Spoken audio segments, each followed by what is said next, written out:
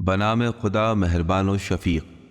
جو کچھ آسمانوں میں اور جو کچھ زمین میں ہے وہ اللہ کی تسبیح کر رہا ہے، جو بادشاہ پاکیزہ صفات، صاحب عزت اور صاحب حکمت ہے۔ وہی تو ہے جس نے امیوں مکے والوں میں ایک رسول بھیجا ہے جو انہی میں سے ہے، جو ان کے سامنے آیتوں کی تلاوت کرتا ہے اور انہیں پاک و پاکیزہ بناتا ہے اور انہیں کتاب و حکمت کی تعلیم دیتا ہے، اگرچہ یہ لوگ پہلے واضح گمراہی میں تھے۔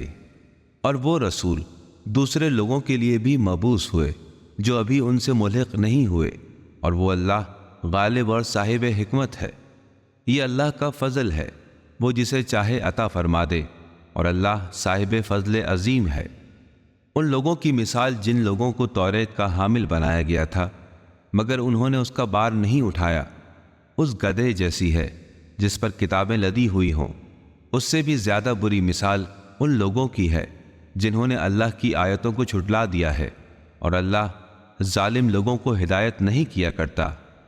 اے نبی، آپ ان سے فرما دیجئے کہ اے یہودیو، اگر تمہیں یہ گھمنڈ ہے کہ باقی لوگوں کو چھوڑ کر صرف تم اللہ کے چہیتے ہو تو موت کی تمنا کرو اگر تم اپنے دعوے میں سچے ہو، لیکن یہ ہرگز اس کی تمنا نہیں کریں گے اپنے ان اعمال کے سبب جو یہ پہلے کر چکے ہیں، اور اللہ ظالموں کو اچھی طرح جانتا ہے۔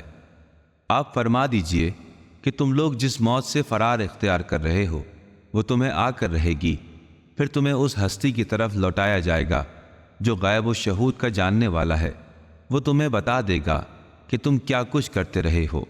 اے ایمان لانے والو، جمعے کے دن جب نماز کے لیے پکارا جائے تو تم اللہ کے ذکر کی طرف دوڑو اور خرید و فروخت چھوڑ دو، اسی میں تمہارے لیے بھلائی ہے اگر تم جانتے ہو۔ جب نماز ادا کر چکو تو زمین میں پھیل جاؤ اور اللہ کا فضل تلاش کرو اور اللہ کا کثرت سے ذکر کرو تاکہ تم فلاح پا سکو۔ اور جب ان لوگوں نے تجارت اور کھیل تماشے کو دیکھا تو اس کی طرف لپک گئے اور آپ کو تنہا کھڑا چھوڑ دیا۔ اے نبی، آپ فرما دیجئے کہ جو کچھ اللہ کے نزدیک ہے وہ کھیل تماشے اور تجارت سے بہت بہتر ہے، اور اللہ بہترین رزق دینے والا ہے۔